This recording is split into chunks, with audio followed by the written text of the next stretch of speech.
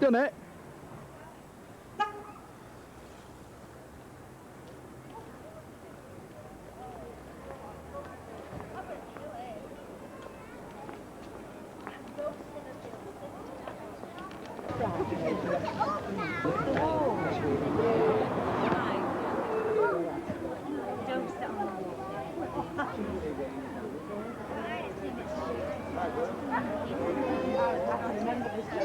The pleasure of conducting the ceremony for you this afternoon. My two colleagues here, Mrs. Batt and Mrs. Reed, have the most important task, and that's of ensuring that all of the legal requirements of today's marriage are carried out correctly, and of course that all-important piece of paper at the end of the ceremony. I do apologise that we're a few minutes late. Unfortunately, I have this bit of domino effect where one marriage comes in 5 minutes late and everybody goes backwards, but I hope that doesn't detract from your enjoyment. To make your legal declarations and personal promises to each other, I have to remind you of the importance and lasting nature of the vows you are about to make. Leslie, would you please confirm that your full name is Leslie Derrick Henshaw? Yes. And Julie, would you please confirm that your full name is Julie Barbara Coe? Thank you. Marriage, according to the law of this country, is the union of one man with one woman, voluntarily entered into for life to the exclusion of all others. At this point, I have to ask that if anyone knows of any lawful reason why Leslie and Julie may not be married, they should declare it now. I'm now going to ask each of you in turn to state that there is no reason why you should not be married to each other. So Leslie, I declare that I know. I declare that I know. Of no legal reason. Of no legal reason. Why I, Leslie Derrick Henshaw. Why I, Leslie Derrick Henshaw. May not be joined in marriage. May not be joined in marriage. To Julie Barbara Coe. Julie Barbara Coe. I declare that I know. Of no legal reason. Why I, Julie Barbara Coe. May not be joined in marriage. To Leslie Derrick Henshaw.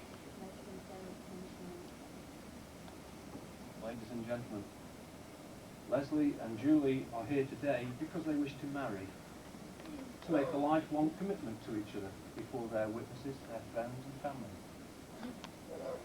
Marriage is a partnership through which two people are able to love, care and support each other, sharing experiences on their journey through life. Marriage is more than just the wedding day. It is about life together after the celebrations are over.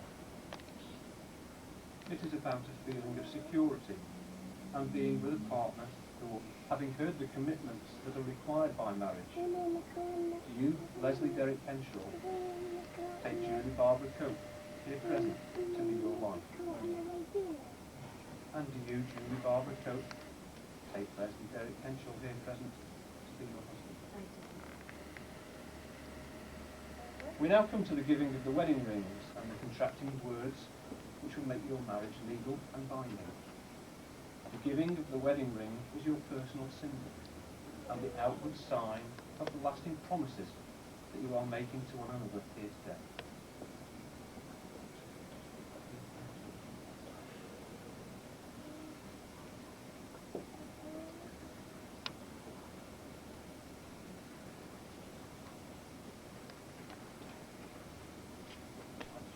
Face each other, hold each other's hand, these words will say to each other.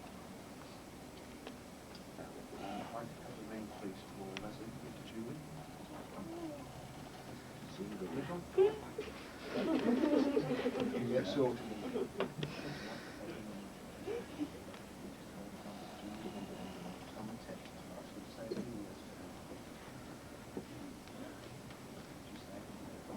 I, Leslie Derrick Henshaw. I, Leslie Derrick Henshaw. Take you, Julie Barbara Coe, Take you, Julie Barbara Coe. to be my wedding wife. To be my wedding wife. I give you this ring I give you this ring as a token as a token of my love and affection, of my love and affection, and ask that you wear it and ask you to wear it with a feeling of warmth and pride, a feeling of warmth and pride, now and always. now and always.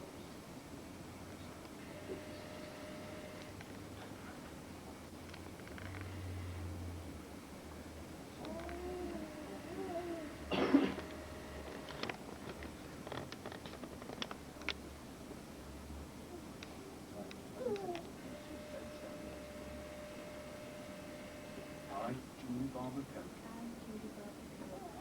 take you, Leslie Derrick Kenshaw, to be my wedded husband. I give you this ring as a token of my love and affection, and ask that you wear it with a feeling of warmth and pride, now and always.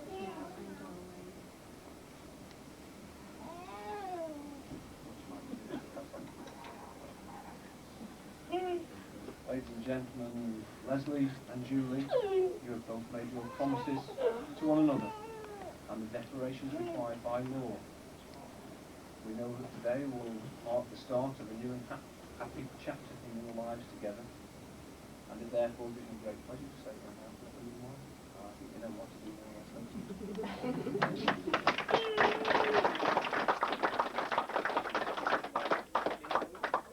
now, ladies and gentlemen, if I could ask you all to have a seat, the bride and groom are glad to come.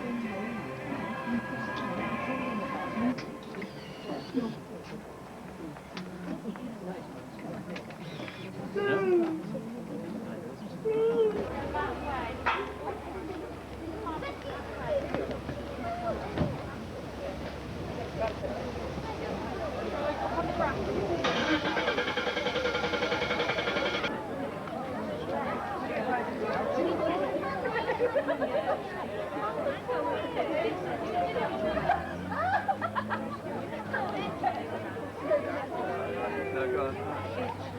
Yeah.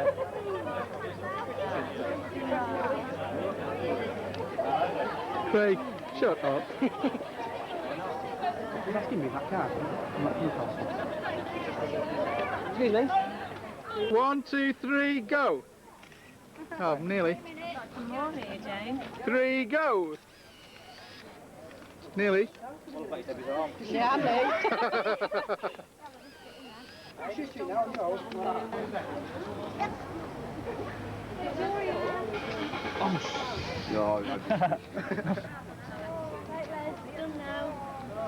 She matches your shirt, Les. What's colour? That's a terrible one.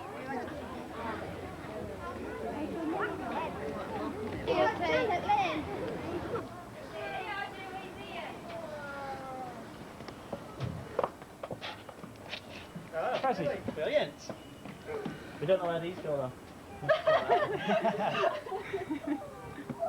Oh, I nearly died, let's forget him. let's get a beer. Yeah, sure, mate. There's some in the fit. Put those down there. Not very stable. Yeah,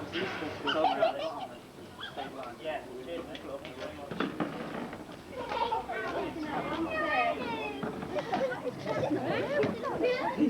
How you doing? Have you finished? No, don't knock it. Oh, bloody heads. Yeah. Come on then, do something.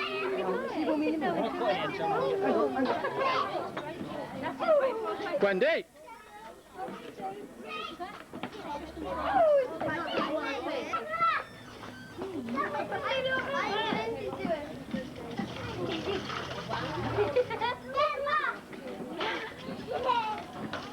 Don't have to wait.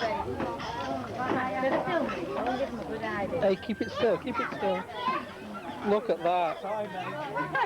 You'll be ashamed of that in a few years. You'll think, oh my God, that was not my toe.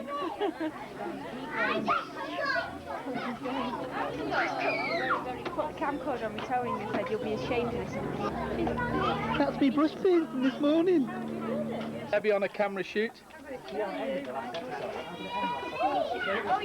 Debbie's bought her umbrella just in case it rains. Oh,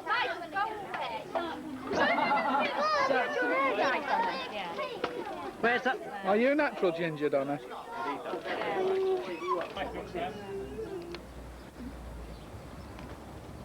What's the bloody thing now? That's the first row.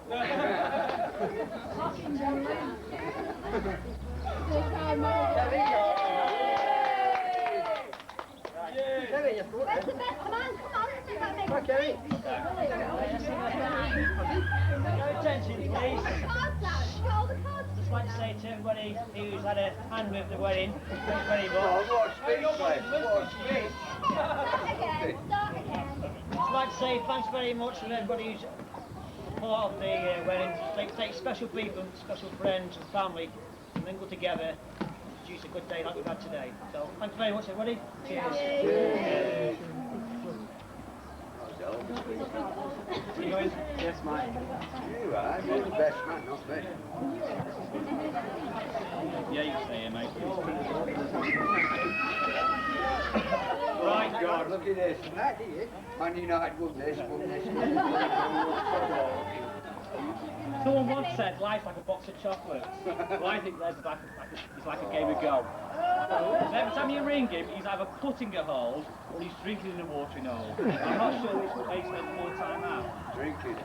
My memories I have about Les all seem to involve drink or sleep. You're all thinking that doesn't sound like Les. Of course you all know. So let's tease off, and everybody who knows who plays golf with Les will tell you into the rough he goes. And there's been some rough times, let me tell you. One of the funniest memories I have about Les is many years ago, Les and I used to share a flat. This is your life. Our bachelors, our what do you call it? Our bachelor studio to the old single women, I think. Now it was the coldest flat ever, and it was -10 at 5 out, it was -10 in. And it was in the days when I used to work at the farm. And what did he used to always change into when he come home? Just egg petty, exactly. Just one pair of, it didn't matter how cold it was just a pair of shorts. Blue legs.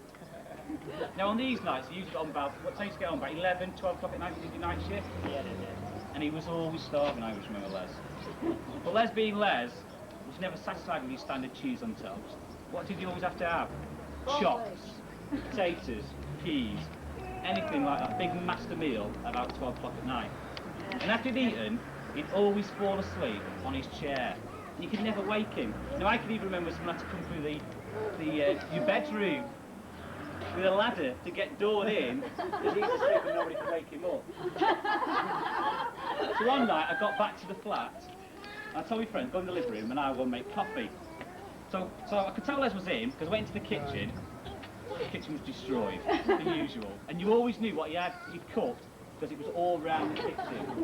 And what was the famous thing he used to do, Dawn? Leave the cupboard door open. Exactly, every cupboard door was always left open. And I even remember Dawn once mentioning, said, those doors, close them, because I can see them from the back of Rockefeller's restaurant. Straight into them. 10 minutes later, after tidying up, I go into the living room, and you won't believe it. So the horrors of horror, that girl has now been sitting there in this living room, next to him, in his shorts, fast asleep, chop bones scattered everywhere. And what was his thing he used to always have? A loaf of bread and his tub of stork essence. I think she needed counselling. She was never the same again. We never saw her again anyway, this woman. So moving on to a bit further on in life. What was his pastime years ago? What was your pastime before you met Julie on a Saturday? Drinking. Exactly. Going to the pub until about 4 o'clock, and then where did he used to go then, Jasper? Blindfold. Burton's. He used to always go to Burton's menswear and buy a pair of trousers, shirt and tie. He must have had truckloads.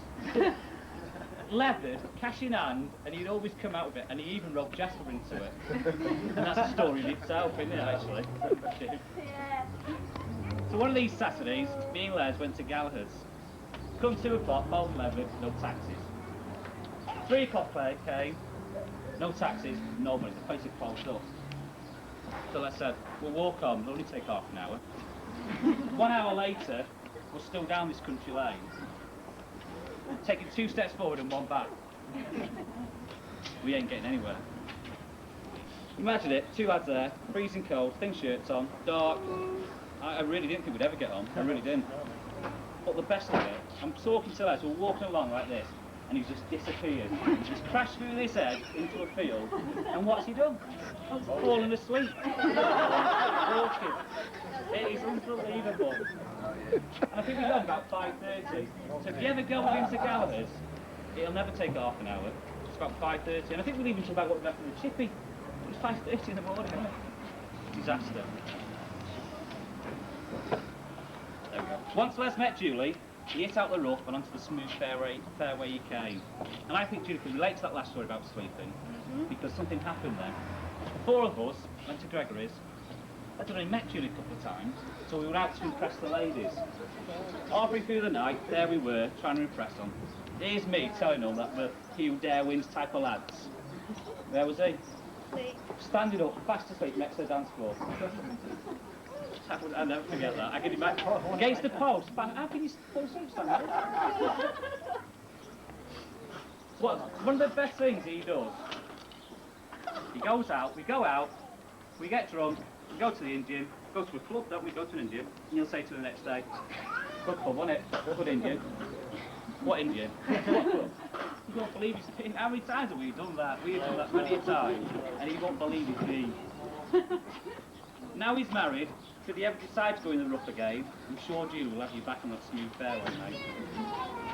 So Les is strong, onto the green, from the fairway. I think it's time to be a little bit serious now. All who know Les know what a decent, hard-working man he is. I personally have never known a person to work so many hours as you do, or as hard as Les does. Things you do to get out of housework, mate, I tell you. So 6 years on from that Gregory's night, we're standing here on the green, celebrating their wedding with their two daughters in their house. I think that deserves a hole-in-one in itself. As a brother, there's no one better. As a father, you couldn't get better. And a husband, you couldn't ask for better. I wish Les, Julie and the two girls all the luck and happiness in the world. And it just leaves me to ask you all to join in with me in toasting Les and Julie. But before you do, the question is, does he get a hole-in-one? Well, and how lovely Julie's looking today, he's told me it's looking good for tonight. The future's bright, the future's Les and Julie. Cheers. Open the glass. Which one's Jip? All of them, or?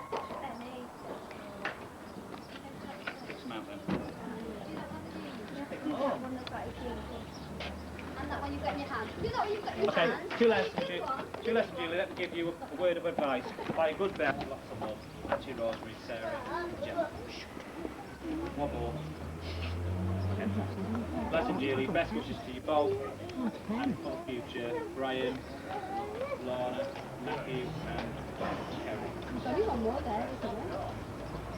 Yeah, man, Well, two Les and Julie from lots of love from Ernie and Jessie. And that's it. Thank you very much. No worries. You can't read it out in your hand. Today, we're making a special day for Les and Julie, but I'd also like to thank Julie, one, for being such a beautiful bride. Yeah. She was beautiful. Of course, we had 3 beautiful bridesmaids. They all look beautiful. I'd like to thank Brenda, Georgina, and Julie for smashing both you've all enjoyed today. Books.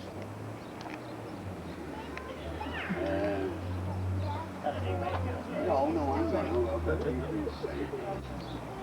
I'd like to welcome Les into the family. It's a smashing life. It's a busy sports lover, Bill. I'll have you converted soon. You've all looked in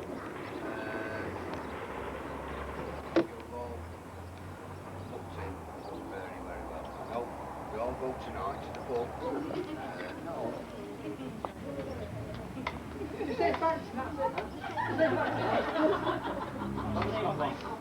Have I ever been quiet in my life,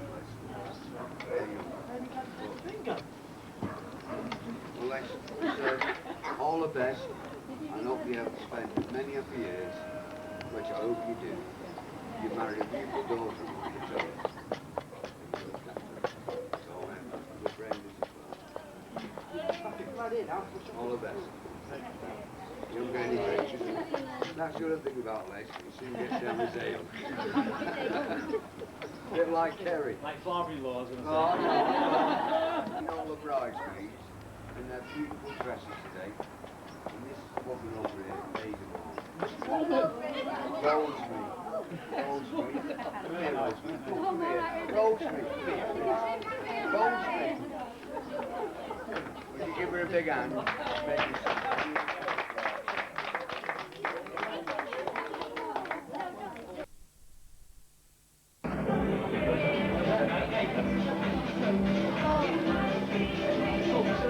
Watch out, Dave. yeah.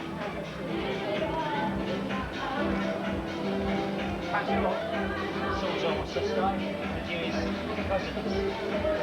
Next to Norway, so you don't need do that. Let's have a look again. Do it again, do it again. Wee woo. Now then. Are you... Oh, yeah. You did that when you were about 4 on the video. Just slow doors. I called.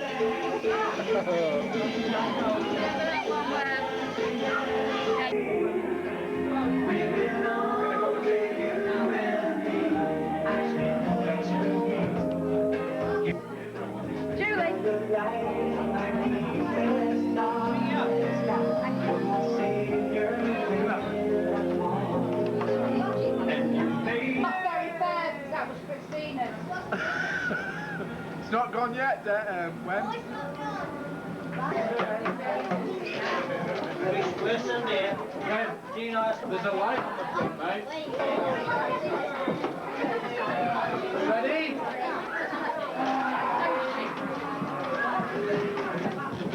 Oh, for Julie and I, thank all of you for coming and having a really good time.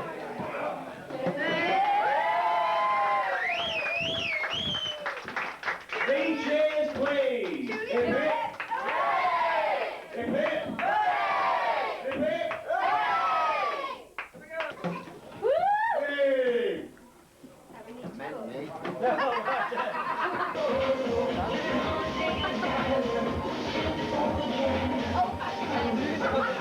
Mike, get that there.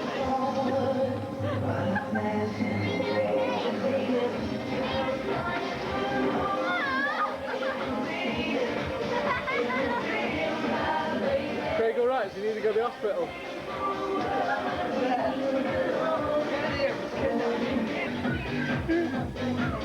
Hey. We're all in video.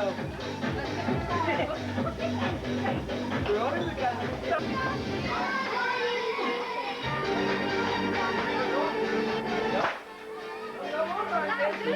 This is Zara singing. She's dead upset that she hasn't got a huge crowd.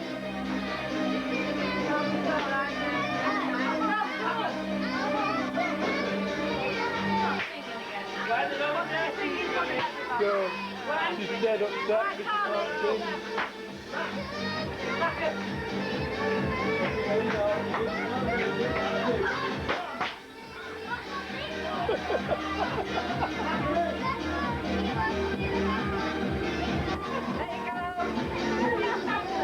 Hurry up, Aiden, the battery's gonna go. Move! Hurry up then!